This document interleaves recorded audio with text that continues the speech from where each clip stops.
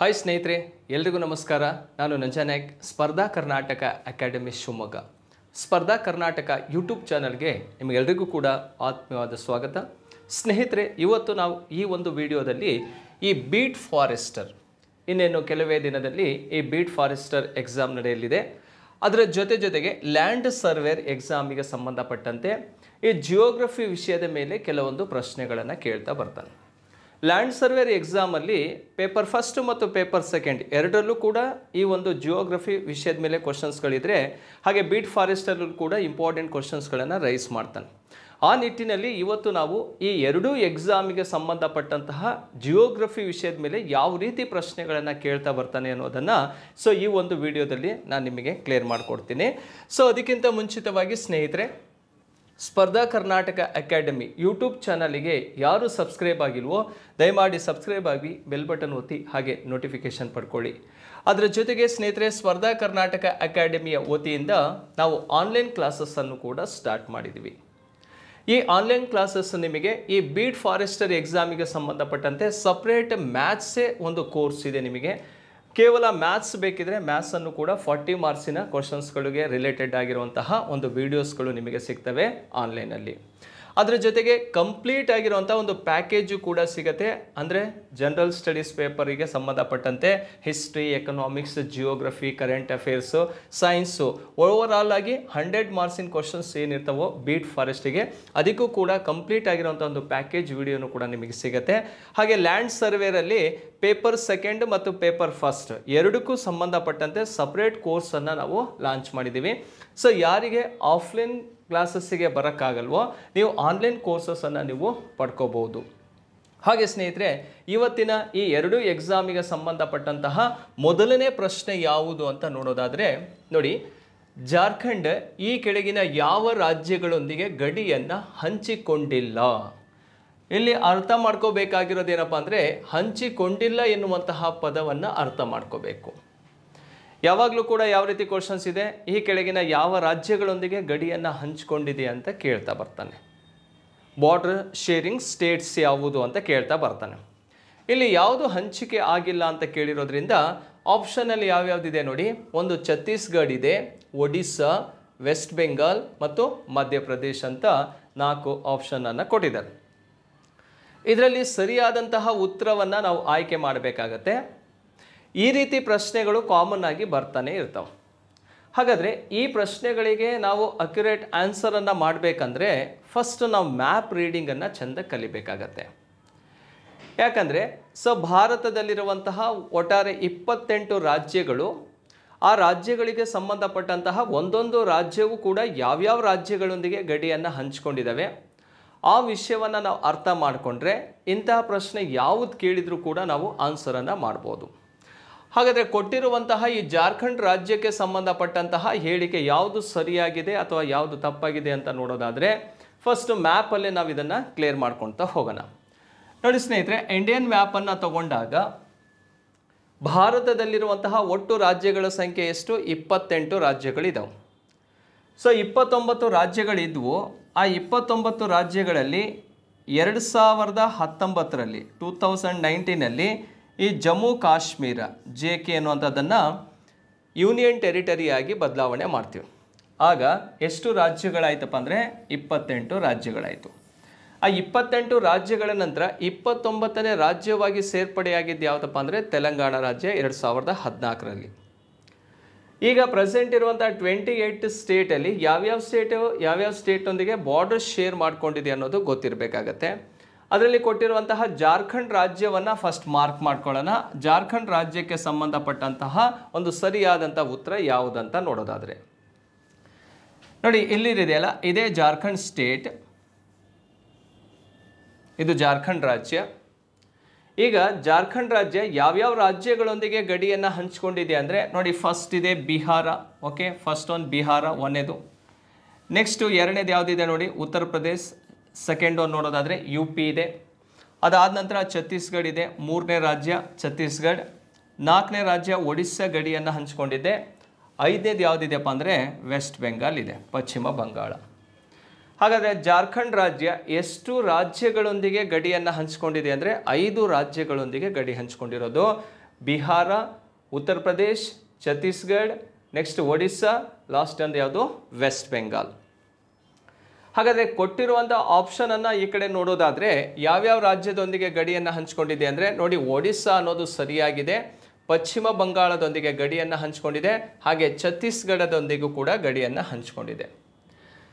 ಗಡಿ ಹಂಚಿಕೊಳ್ಳದೇ ಇರುವಂತಹ ರಾಜ್ಯ ಯಾವುದು ಅಂತ ಕೇಳಿದರೆ ಮಧ್ಯಪ್ರದೇಶ್. ನೋಡಿ, ಮಧ್ಯಪ್ರದೇಶಕ್ಕೂ ಜಾರ್ಖಂಡಿಗೂ ಯಾವುದೇ ಕನೆಕ್ಟ್ ಇರೋದಿಲ್ಲ. ಹಾಗಾಗಿ ಮೊದಲನೇ ಪ್ರಶ್ನೆಗೆ ಸರಿಯಾದಂಥ ಉತ್ತರ ಯಾವುದಪ್ಪ ಅಂದರೆ ಮಧ್ಯಪ್ರದೇಶ ಅನ್ನೋದು ರೈಟ್ ಆನ್ಸರ್ ಆಗಿರುತ್ತೆ. ಹಂಚ್ಕೊಂಡಿರೋದು 3 ರಾಜ್ಯ, ಯಾವುದು ಹಂಚ್ಕೊಂಡಿಲ್ಲ ಅಂದರೆ ಮಧ್ಯಪ್ರದೇಶ ಆಗಿರುತ್ತೆ. ಇನ್ನು ಉಳಿದಂಥ 2 ರಾಜ್ಯಗಳು ಯಾವುದು ಅಂತ ಕೇಳಿದರೆ ಒಂದು ಬಿಹಾರ, ಮತ್ತೊಂದು ಉತ್ತರ ಪ್ರದೇಶ ಕೂಡ ಗಡಿಯನ್ನು ಹಂಚ್ಕೊಂಡಿರುವಂಥದ್ದು. ಅಷ್ಟೇ ಅಲ್ಲದೆ ಮತ್ತೆ ಯಾವ ರೀತಿ ಕ್ವಶನ್ ಕೇಳ್ಬೋದು, ಭಾರತದಲ್ಲಿ ಅತಿ ಹೆಚ್ಚು ರಾಜ್ಯಗಳೊಂದಿಗೆ ಗಡಿ ಹಂಚಿಕೊಂಡಿರುವಂಥ ರಾಜ್ಯ ಯಾವುದಪ್ಪ ಅಂದರೆ UP. ಉತ್ತರ ಪ್ರದೇಶ ಅತಿ ಹೆಚ್ಚು ರಾಜ್ಯಗಳೊಂದಿಗೆ ಗಡಿಯನ್ನು ಹಂಚಿಕೊಂಡಿರುವಂಥದ್ದು. ಅತಿ ಕಡಿಮೆ ರಾಜ್ಯದೊಂದಿಗೆ ಗಡಿ ಹಂಚಿಕೊಂಡಿರುವಂಥ ರಾಜ್ಯ ಯಾವುದಪ್ಪ ಅಂದರೆ ಸಿಕ್ಕಿಂ, ಕೇವಲ ವೆಸ್ಟ್ ಬೆಂಗಾಲ್ನೊಂದಿಗೆ ಮಾತ್ರ ಗಡಿಯನ್ನು ಹಂಚಿಕೊಂಡಿದೆ. ಅದರ ಜೊತೆಗೆ ಮೇಘಾಲಯ ಇದೆಯಲ್ಲ, ಮೇಘಾಲಯ ಅಸ್ಸಾಂನೊಂದಿಗೆ ಮಾತ್ರ ಗಡಿಯನ್ನು ಹಂಚಿಕೊಂಡಿರುವಂಥದ್ದು. ಇವು ಕೇವಲ ಒಂದೊಂದು ರಾಜ್ಯದೊಂದಿಗೆ ಮಾತ್ರ ಗಡಿಯನ್ನು ಹಂಚಿಕೊಂಡಿದ್ದಾವೆ, ಸಿಕ್ಕಿಂ ಮತ್ತು ಮೇಘಾಲಯ. ಆದರೆ ಅತಿ ಹೆಚ್ಚು ರಾಜ್ಯಗಳೊಂದಿಗೆ ಗಡಿ ಹಂಚಿಕೊಂಡಿರೋದು ಯಾವುದು? ಉತ್ತರ ಪ್ರದೇಶ್ 8 ರಾಜ್ಯಗಳೊಂದಿಗೆ ಇದು ಗಡಿಯನ್ನು ಹಂಚಿಕೊಂಡಿರುತ್ತೆ. ಹಾಗೆ ಕರ್ನಾಟಕ ಅಂತ ಕೇಳಿದಾಗ ಕರ್ನಾಟಕ ನೋಡಿ, ಆಂಧ್ರ ಪ್ರದೇಶ್, ತೆಲಂಗಾಣ, ಮಹಾರಾಷ್ಟ್ರ, ನೆಕ್ಸ್ಟ್ 3ನೇದು ಮಹಾರಾಷ್ಟ್ರ, ನೆಕ್ಸ್ಟ್ 4ನೇದು ಗೋವಾ, 5ನೇದು ಕೇರಳ, 6ನೇದು ತಮಿಳುನಾಡು. ಕರ್ನಾಟಕ ಒಟ್ಟಾರೆ 6 ರಾಜ್ಯಗಳೊಂದಿಗೆ ಗಡಿಯನ್ನು ಹಂಚಿಕೊಂಡಿರುವಂಥದ್ದು. ಸೊ ಈ ರೀತಿ ಗಡಿಗಳನ್ನು ಆಧಾರವಾಗಿಟ್ಕೊಂಡು ಕೂಡ ಕಾಂಪಿಟೇಟಿವ್ ಎಕ್ಸಾಮ್ಸಲ್ಲಿ ಕಾಮನ್ ಆಗಿ ಪ್ರಶ್ನೆಯನ್ನು ಕೇಳ್ತಾ ಬರ್ತಾನೆ. ನಮಗೆ ಒಂದಂತೂ ಕ್ಲಿಯರ್ ಇದೆಯಪ್ಪ, ಏನು ಒಂದು ರಾಜ್ಯ ಮತ್ತು ರಾಜ್ಯಗಳೊಂದಿಗೆ ಗಡಿ ಹಂಚ್ಕೊಂಡಿರೋದು ಎಕ್ಸಾಮಲ್ಲಿ ಪ್ರಶ್ನೆ ಒಂದೇ ಬರುತ್ತಂತ ಗೊತ್ತಿದ್ದಾಗ ನಾವು ಓವರ್ ಆಲ್ ಮ್ಯಾಪನ್ನು ಕ್ಲೀನಾಗಿ ಒಂದ್ಸಲ ಚೆಂದಾಗಿ ಸ್ಟಡಿ ಮಾಡಿಕೊಂಡು ಬಾರ್ಡರ್ ಸ್ಟೇಟ್ ಯಾವ್ಯಾವ್ದಿದಾವಂತ ತಿಳ್ಕೊಂಡ್ರೆ ಸೊ ಓವರ್ ಆಲ್ ಪ್ರಶ್ನೆ ಹೇಗೆ ಕೇಳಿದ್ರು ನಾವು ಆನ್ಸರನ್ನು ಮಾಡ್ಬೋದು. ಓಕೆ ನೋಡಿ, ಮೊದಲನೇ ಪ್ರಶ್ನೆಗೆ ಸರಿಯಾದಂಥ ಉತ್ತರ ಯಾವುದು? ಡಿ ಅನ್ನೋದು ಸರಿಯಾಗಿರುತ್ತೆ. ನೆಕ್ಸ್ಟು 2ನೇ ಪ್ರಶ್ನೆಗೆ ಹೋಗೋಣ. ನೋಡಿ, ಪಟ್ಟಿ 1ರಲ್ಲಿನ ಕರ್ನಾಟಕದ ಜಿಲ್ಲೆಗಳನ್ನು ಪಟ್ಟಿ 2ರಲ್ಲಿನ ವಿಭಾಗಗಳೊಂದಿಗೆ ಸರಿ ಹೊಂದಿಸಿ ಅಂತ ಇದೆ. ನೋಡಿ, ಇಲ್ಲಿ ಏನು ಕೊಟ್ಟಿದ್ದಾನಪ್ಪ ಅಂದರೆ ಪಟ್ಟಿ 1ರಲ್ಲಿ ಜಿಲ್ಲೆಗಳನ್ನು ಕೊಟ್ಟಿದ್ದಾನೆ. ಯಾವ್ಯಾವ ಜಿಲ್ಲೆ ಇದೆ ನೋಡಿ, ಶಿವಮೊಗ್ಗ, ವಿಜಯಪುರ, ರಾಯಚೂರು, ಉಡುಪಿ ಜಿಲ್ಲೆ ಇದಾವೆ. ಹಾಗೆ ಪಟ್ಟಿ 2ರಲ್ಲಿ ವಿಭಾಗಗಳು ಅಂತ ಕೊಟ್ಟಿದ್ದಾರೆ. ಬೆಳಗಾವಿ, ಬೆಂಗಳೂರು ವಿಭಾಗ, ಮೈಸೂರು, ಕಲಬುರಗಿ. ಕರ್ನಾಟಕದಲ್ಲಿ ಆಡಳಿತ ವಿಭಾಗಗಳು ಅಂತ ಬರ್ತಾವೆ, ಅಡ್ಮಿನಿಸ್ಟ್ರೇಟಿವ್ ಆರ್ ರೆವಿನ್ಯೂ ಡಿವಿಷನ್ಸ್ ಅಂತ. ಈ ಆಡಳಿತ ವಿಭಾಗಗಳು ಎಷ್ಟಪ್ಪ ಅಂದರೆ 4 ಆಡಳಿತ ವಿಭಾಗಗಳನ್ನು ರಾಜ್ಯದಲ್ಲಿ ನಾವು ನೋಡ್ತೀವಿ. ಆ 4 ಆಡಳಿತ ವಿಭಾಗಗಳು ಯಾವುದಪ್ಪ ಅಂದರೆ ಒಂದು ಬೆಳಗಾವಿ, ಬೆಂಗಳೂರು, ಮೈಸೂರು, ಕಲಬುರಗಿ ಅಂತ. ಇವೇ 4 ಆಡಳಿತ ವಿಭಾಗಗಳು. ಒಂದೊಂದು ಆಡಳಿತ ವಿಭಾಗದಲ್ಲೂ ಕೂಡ ಕೆಲವೊಂದು ಜಿಲ್ಲೆಗಳು ಕಂಡುಬರ್ತವೆ. ಅದೇ ಈ ಪ್ರಶ್ನೆಯಾಗಿ ಬಂದಿರುವಂಥದ್ದು. ನೋಡಿ, ಶಿವಮೊಗ್ಗ ಎನ್ನುವಂಥದ್ದು ಯಾವ ಆಡಳಿತ ವಿಭಾಗಕ್ಕೆ ಸೇರಿದೆ ಅಂತ ಕೇಳಿದಾಗ ಇದು ಬೆಂಗಳೂರು ಆಡಳಿತ ವಿಭಾಗಕ್ಕೆ ಸೇರಿರುವಂತಹ ಒಂದು ಜಿಲ್ಲೆ ಶಿವಮೊಗ್ಗ. ಹಾಗೆ ವಿಜಯಪುರ ಎನ್ನುವಂಥದ್ದು ಯಾವ ಆಡಳಿತ ವಿಭಾಗಕ್ಕೆ ಸೇರಿದೆಯಪ್ಪ ಅಂದರೆ ಇದು ಬೆಳಗಾವಿಗೆ ಸೇರಿರುವಂಥದ್ದು. ನೋಡಿ, ಶಿವಮೊಗ್ಗ ಹೇಗೆ ಯಾವುದು 2ನೇದು ಸರಿ ಇದೆ. ಹೇಗೆ 2ನೇ ಸರಿ ಇದೆ ಅಂದರೆ 4ನೇ ಆಪ್ಷನಲ್ಲಿ ಇದೆ. ಇದು ಒಂದೇ ಇರೋದ್ರಿಂದ ಇದನ್ನೇ ರೈಟ್ ಆನ್ಸರ್ ಅಂತ ನಾವು ಟಿಕ್ ಹಾಕ್ಬೋದು ಈಸಿಯಾಗಿ. ಆದರೂ ಕ್ಲಿಯರ್ ಮಾಡ್ಕೊಳ್ಳೋಣ.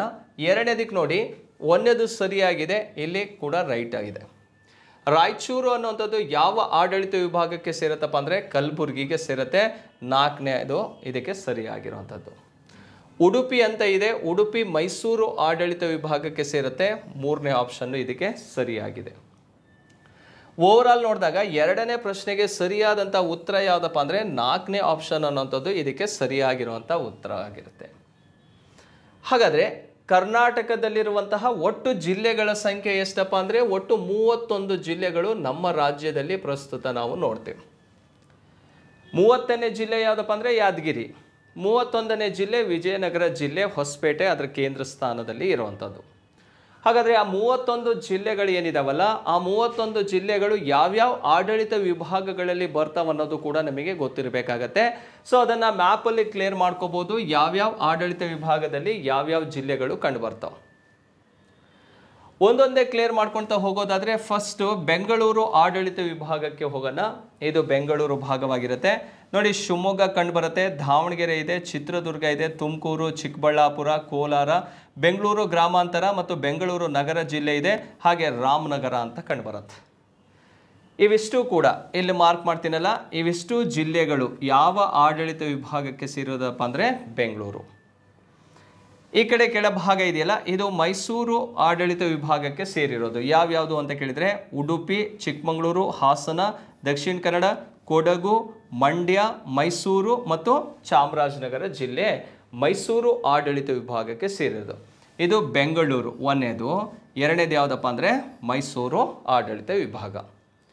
ಮೂರನೇದಿಗೆ ಬರೋಣ ನೋಡಿ. ಈ ಭಾಗ ಏನು ಕಾಣಿಸ್ತಾ ಇದೆಯಲ್ಲ, ಇದು ಬೆಳಗಾವಿ ಆಡಳಿತ ವಿಭಾಗ, ಬೆಳಗಾವಿ ಡಿವಿಷನ್. ಇದು ಬೆಳಗಾವಿ ಡಿವಿಷನ್ನಲ್ಲಿ ನೋಡಿ ವಿಜಯಪುರ ಕಂಡುಬರುತ್ತೆ, ಬಾಗಲಕೋಟೆ, ಬೆಳಗಾವಿ, ಗದಗ, ಧಾರವಾಡ, ಉತ್ತರ ಕನ್ನಡ ಮತ್ತು ಹಾವೇರಿ ಜಿಲ್ಲೆಗಳು ಕಂಡುಬರ್ತಾವೆ. ಕ್ಲಿಯರ್? ಸೊ ಇಷ್ಟು ಕೂಡ ಮೂರನೇ ಆಡಳಿತ ವಿಭಾಗ ಅಂತ ತಗೊಳ್ಳೋಣ. ಇದು ಬೆಳಗಾವಿ ಆಡಳಿತ ವಿಭಾಗ. ಲಾಸ್ಟ್ ಒಂದು ನೋಡಿ, ಇದನ್ನು HK ಡಿಸ್ಟಿಕ್ ಅಂತಲೂ ಕೂಡ ಕರಿತೀವಿ ಅಥವಾ KK ಅಂತ ಕರಿತೀವಿ. KK ಅಂದರೆ ಏನಪ್ಪ ಅಂದರೆ ಕಲ್ಯಾಣ ಕರ್ನಾಟಕ ಅಂತ. ಈ ಕಲ್ಯಾಣ ಕರ್ನಾಟಕಕ್ಕೆ ಸಂಬಂಧಪಟ್ಟಂತಹ ಜಿಲ್ಲೆಗಳು ಯಾವುದು ಅಥವಾ ಹೈದರಾಬಾದ್ ಕರ್ನಾಟಕಕ್ಕೆ ಸಂಬಂಧಪಟ್ಟಂತಹ ಜಿಲ್ಲೆಗಳು ಯಾವುದಂತ ನೋಡಿದಾಗ ನೋಡಿ, ಬೀದರ್ ಜಿಲ್ಲೆ ಕಂಡುಬರುತ್ತೆ, ಕಲಬುರಗಿ, ಯಾದಗಿರಿ, ರಾಯಚೂರು, ಕೊಪ್ಪಳ, ಬಳ್ಳಾರಿ, ವಿಜಯನಗರ ಹೊಸ ಜಿಲ್ಲೆ ಒಂದು ಸೇರ್ಪಡೆ ಆಗಿರುವಂಥದ್ದು. ಸೊ ಈ ರೀತಿಯಾಗಿ ಆಲ್ ಓವರ್ ಕರ್ನಾಟಕ ಅಂತ ನೋಡಿದಾಗ 31 ಜಿಲ್ಲೆಗಳು ಒಂದೊಂದು ಆಡಳಿತ ವಿಭಾಗಗಳಲ್ಲಿ ಕಂಡುಬರ್ತವೆ. ಸೊ ಇಂತಹ ಒಂದು ಪ್ರಶ್ನೆಯನ್ನು ಕೊಟ್ಟಾಗ ಇನ್ನೊಂದು ರೀತಿ ಪ್ರಶ್ನೆಯನ್ನು ಚೇಂಜ್ ಮಾಡಿದರೆ ಜಿಲ್ಲೆಗಳನ್ನು ಚೇಂಜ್ ಮಾಡ್ಬೋದು. ಆಡಳಿತ ವಿಭಾಗ ಅಂತೂ ಇವೇ 4 ಇರ್ತವೆ, ಬಟ್ ಜಿಲ್ಲೆಗಳು ಬದಲಾವಣೆ ಆಗ್ತಾ ಹೋಗ್ತವೆ, ಆಪ್ಷನಲ್ಲಿ ಚೇಂಜ್ ಮಾಡ್ಬೋದು. ಒಂದು ಸಲ ಯಾವ್ಯಾವ ಆಡಳಿತ ವಿಭಾಗದಲ್ಲಿ ಯಾವ್ಯಾವ ಜಿಲ್ಲೆಗಳಿದೆ ಅಂತ ಚೆಂದ ಕಲ್ತ್ರೆ ಇಂತಹ ಪ್ರಶ್ನೆಗಳಿಗೆ ನಾವು ಈಸಿಯಾಗಿ ಆನ್ಸರ್ ಮಾಡ್ಬೋದು. ನೋಡಿ, 4 ಆಡಳಿತ ವಿಭಾಗದಲ್ಲಿ ಅತಿ ಹೆಚ್ಚು ಜಿಲ್ಲೆಗಳು ಕಂಡುಬರೋದು ಯಾವ ಆಡಳಿತ ವಿಭಾಗ ಅಂದರೆ ಬೆಂಗಳೂರು ಆಡಳಿತ ವಿಭಾಗದಲ್ಲಿ ಅತಿ ಹೆಚ್ಚು ಜಿಲ್ಲೆಗಳು ಕಂಡುಬರ್ತವೆ. ಎಲ್ಲಿ? ಬೆಂಗಳೂರು. ಈ ಬೆಂಗಳೂರು ಆಡಳಿತ ವಿಭಾಗದಲ್ಲಿ 9 ಜಿಲ್ಲೆಗಳಿದ್ದಾವೆ. ಹಾಗೆ ಮೈಸೂರು ಆಡಳಿತ ವಿಭಾಗದಲ್ಲಿ 8 ಜಿಲ್ಲೆಗಳಿದ್ದಾವೆ. ಅದಾದ ನಂತರ ನೋಡಿ, ಬೆಳಗಾವಿ ಆಡಳಿತ ವಿಭಾಗದಲ್ಲಿ ಬೆಳಗಾವಿಯಲ್ಲಿ 7 ಜಿಲ್ಲೆ ಇದ್ದರೆ, ಹಾಗೆ ಕಲಬುರಗಿಯಲ್ಲೂ ಕೂಡ ಎಷ್ಟು ಜಿಲ್ಲೆಗಳಿದಾವಪ್ಪ ಅಂದರೆ 7 ಜಿಲ್ಲೆಗಳಿದ್ದಾವೆ. ಒಟ್ರಾಸಿ ಎಷ್ಟಪ್ಪ ಅಂದರೆ 31 ಜಿಲ್ಲೆಗಳು ಕಂಡುಬರ್ತಾವೆ. ಇವು ಕರ್ನಾಟಕದ ಆಡಳಿತ ವಿಭಾಗದ ಬಗ್ಗೆ ಗೊತ್ತಿರಲಿ.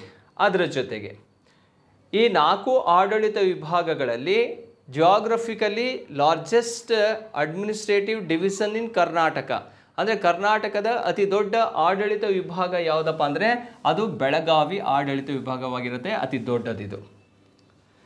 ಹಾಗೆ ಆಡಳಿತ ವಿಭಾಗದಲ್ಲಿ ಅತಿ ದೊಡ್ಡದು ಅಂತ ಜಿಯೋಗ್ರಫಿಕಲ್ ಏರಿಯಾ ವೈಸಲ್ಲಿ ನೋಡಿದಾಗ ಯಾವುದಂತ ಗೊತ್ತಾಯ್ತು ನಮಗೆ? ಈ ಬೆಳಗಾವಿ ಅನ್ನೋದು ಅತಿ ದೊಡ್ಡದು. ಅತಿ ಚಿಕ್ಕದು ಯಾವುದಿರತ್ತಪ್ಪ ಅಂದರೆ ಮೈಸೂರು ಅತಿ ಚಿಕ್ಕದಾಗಿರುತ್ತೆ. ಹಾಗೆ ಜನಸಂಖ್ಯೆಯಲ್ಲಿ ಅತಿ ಹೆಚ್ಚು ಜನಸಂಖ್ಯೆ ಹೊಂದಿರೋದು ಬೆಂಗಳೂರು ಆಡಳಿತ ವಿಭಾಗ. ಅತಿ ಕಡಿಮೆ ಇರೋದೆಲ್ಲಪ್ಪ ಅಂದರೆ ಕಲಬುರಗಿ ಆಡಳಿತ ವಿಭಾಗದಲ್ಲಿ ಕಂಡುಬರುತ್ತೆ. ನೋಡಿ, ಪಾಪ್ಯುಲೇಷನ್ನು ಕೂಡ ನಮಗೆ ಗೊತ್ತಾಯಿತು, ಹಾಗೆ ಜಿಯೋಗ್ರಫಿಕಲ್ ಏರಿಯಾ ವೈಸಲ್ಲೂ ಗೊತ್ತಾಯಿತು. ಅದರ ಜೊತೆಗೆ ಯಾವ್ಯಾವ ಆಡಳಿತ ವಿಭಾಗದಲ್ಲಿ ಎಷ್ಟೆಷ್ಟು ಜಿಲ್ಲೆಗಳಿದೆ ಅಂತಲೂ ಕೂಡ ನಮಗೆ ಕ್ಲಿಯರ್ ಆಯಿತು. ನೋಡಿ, ಎರಡನೇ ಪ್ರಶ್ನೆಗೆ ಸರಿಯಾದಂಥ ಉತ್ತರ ಯಾವುದಪ್ಪ ಅಂದರೆ 4ನೇದು ಸರಿಯಾಗಿದೆ. ನೆಕ್ಸ್ಟು 3ನೇ ಪ್ರಶ್ನೆಗೆ ಹೋಗೋಣ. ಕ್ವಶನ್ ನೋಡಿ ಏನಿದೆ, ಯಾವ ನದಿ ಅರಬ್ಬಿ ಸಮುದ್ರಕ್ಕೆ ಸೇರುತ್ತದೆ ಗುರುತಿಸಿ ಅಂತ ಇದೆ. 4 ನದಿ ಹೆಸರನ್ನು ಕೊಟ್ಟಿದ್ದಾರೆ. ಆ 4 ನದಿಯಲ್ಲಿ ಅರಬ್ಬಿ ಸಮುದ್ರಕ್ಕೆ ಸೇರುವಂತಹ ನದಿ ಯಾವುದು ಅಂತ ಗೊತ್ತಿರಬೇಕು. ಆಪ್ಷನಲ್ಲಿ ನೋಡಿ, ಇಲ್ಲಿ ಶಿಂಷಾ ನದಿ ಅಂತ ಇದೆ. ಈ ಶಿಂಷಾ ನದಿ ಯಾವ ನದಿಯ ಉಪನದಿಯಪ್ಪ ಅಂದರೆ ಇದು ಕಾವೇರಿ ನದಿಯ ಉಪನದಿ. ರಿವರ್ ಯಾವುದು? ಕಾವೇರಿ ನದಿಯ ಉಪನದಿ. ಇದು ಕಾವೇರಿ ನದಿಯನ್ನು ಎಡದಂಡೆಯಿಂದ ಬಂದು ಸೇರತ್ತೆ ಶಿಂಷಾ ನದಿ, ಹಾಗಾಗಿ ಕಾವೇರಿ ನದಿಯ ಉಪನದಿ. ಕಾವೇರಿ ನದಿ ಉಪನದಿ ಆಗಿರೋದ್ರಿಂದ ಇದು ಯಾವ ದಿಕ್ಕಿಗೆ ಹರಿಯತ್ತಂತ ಕೇಳಿದರೆ ಇದು ಪೂರ್ವ ದಿಕ್ಕಿಗೆ ಹರಿಯುವಂಥ ನದಿ. ಯಾವ ಕಡೆ ಹರಿಯತ್ತಿದು? ಈಸ್ಟ್ ಫ್ಲೋಯಿಂಗ್ ರಿವರ್ ಇದು. ಹಾಗಾದರೆ ಈಸ್ಟ್ ಫ್ಲೋಯಿಂಗ್ ಅಂದರೆ ಎಲ್ಲಿಗೆ ಹೋಗಿ ಸೇರ್ತವೆ ಇವು? ಬಂಗಾಳ ಕೊಲ್ಲಿಗೆ ಸೇರುವಂತಹ ಒಂದು ನದಿ ಆಗಿರುತ್ತೆ. ಎರಡನೇದು ನೋಡೋಣ. ನೇತ್ರಾವತಿ ನದಿ ಅಂತ ಇದೆ. ಇದು ಸಿಂಗಲ್ ನದಿ, ಯಾವುದೇ ನದಿಯ ಉಪನದಿ ಇಲ್ಲ. ಈ ನದಿ ಯಾವ ದಿಕ್ಕಿಗೆ ಹರಿಯುತ್ತಪ್ಪ ಅಂದರೆ ಇದು ಪಶ್ಚಿಮ ದಿಕ್ಕಿಗೆ ಹರಿಯುವಂಥ ನದಿ. ಇದು ಯಾವ ಕಡೆ ಹರಿಯುತ್ತಿದ್ದು? West flowing river. ಇದು ಪಶ್ಚಿಮ ದಿಕ್ಕಿಗೆ ಹರಿದು ಎಲ್ಲಿ ಹೋಗಿ ಸೇರುತ್ತಪ್ಪ ಅಂದರೆ ಅರಬ್ಬಿ ಸಮುದ್ರಕ್ಕೆ ಸೇರುವಂತಹ ಒಂದು ನದಿ ಇದು. ಎಲ್ಲಿ ಹೋಗಿ ಸೇರ್ತಿದ್ದು? ಅರಬ್ಬಿ ಸಮುದ್ರಕ್ಕೆ ಸೇರುವಂತಹ ನದಿ ನೇತ್ರಾವತಿ. ಹೇಮಾವತಿ ನದಿ ನೋಡಿ, ಹೇಮಾವತಿ ನದಿನೂ ಕೂಡ ಯಾವ ನದಿ ಉಪನದಿಯಪ್ಪ ಅಂದರೆ ಇದು ಕಾವೇರಿ ನದಿಯ ಉಪನದಿ. ಹಾಗಾದರೆ ಕಾವೇರಿ ನದಿ ಅಂದರೆ ಪೂರ್ವ ದಿಕ್ಕಿಗೆ ಹರಿಯತ್ತೆ, ಬೇ ಆಫ್ ಬೆಂಗಾಲಿಗೆ ಹೋಗಿ ಸೇರ್ಪಡೆ ಆಗತ್ತೆ ಈ ಒಂದು ನದಿ. ಹಾಗೆ ಭೀಮಾ ನದಿ ಇದೆಯಲ್ಲ, ಭೀಮಾ ನದಿ ಕೃಷ್ಣಾ ನದಿಯ ಉಪನದಿ ಇದು. ಯಾವ ನದಿ? ಕೃಷ್ಣಾ ನದಿಯ ಉಪನದಿ ಭೀಮಾ. ಕೃಷ್ಣಾ ನದಿಯ ಉಪನದಿ ಆಗಿರೋದ್ರಿಂದ ಇದು ಕೂಡ ಯಾವ ದಿಕ್ಕಿಗೆ ಹರಿಯತ್ತಪ್ಪ ಅಂದರೆ ಪೂರ್ವ ದಿಕ್ಕಿಗೆ ಹರಿಯುವಂಥ ನದಿ. ಎಲ್ಲಿ ಹೋಗಿ ಸೇರತ್ತಪ್ಪ ಅಂದರೆ ಬೇ ಆಫ್ ಬೆಂಗಾಲಿಗೆ ಹೋಗಿ ಸೇರುವಂಥ ನದಿ. ಇಲ್ಲಿ ನೋಡಿ, ಕೊಟ್ಟಿರುವಂತಹ 4 ನದಿಯಲ್ಲಿ ಒಂದು ನದಿ ಮಾತ್ರ ಪಶ್ಚಿಮಕ್ಕೆ ಹರಿತಾ ಇದೆ, ಉಳ್ಕಿದ 3 ನದಿನೂ ಕೂಡ ಪೂರ್ವಕ್ಕೆ ಹರಿತಾ ಇರುವಂಥದ್ದು. ಹಾಗಾದರೆ ಯಾವ ನದಿ ಅರಬ್ಬಿ ಸಮುದ್ರಕ್ಕೆ ಸೇರತ್ತಂದರೆ ವೆಸ್ಟ್ ಫ್ಲೋಯಿಂಗ್ ರಿವರ್ ಅಂತ. ಯಾವ ನದಿ ಸೇರುತ್ತೆ? ನೇತ್ರಾವತಿ ನದಿ ಮಾತ್ರ ಹೋಗಿ ಅರಬ್ಬಿ ಸಮುದ್ರವನ್ನು ಸೇರುವಂಥದ್ದು. ಉಳ್ಕಿದ್ದಂತಹ ಶಿಂಷಾ ಆಗಿರ್ಬೋದು, ಹೇಮಾವತಿ ಆಗಿರ್ಬೋದು ಅಥವಾ ಭೀಮಾ ನದಿ ಎಲ್ಲಿ ಹೋಗಿ ಸೇರ್ತಾವಪ್ಪ ಅಂದರೆ ಇವು ಹೋಗಿ ಬೇ ಆಫ್ ಬೆಂಗಾಲಿಗೆ ಸೇರ್ತಾವೆ. ಅಂದರೆ ಯಾವ ದಿಕ್ಕಿಗೆ ಹರಿಯುವಂಥ ನದಿ? ಇವು ಪೂರ್ವ ದಿಕ್ಕಿಗೆ ಹರಿಯುವಂತಹ ನದಿಗಳಾಗಿರ್ತವೆ. ನೋಡಿ, ಎಂತಹ ಒಂದು ಪ್ರಶ್ನೆ ಬಂದಾಗ ನಾವು ಯಾವ ರೀತಿ ಆನ್ಸರ್ ಮಾಡೋದಕ್ಕೆ ತಯಾರಿ ಇರಬೇಕಂದ್ರೆ ಒಂದು ಲಿಸ್ಟ್ ಮಾಡ್ಕೋಬೇಕು.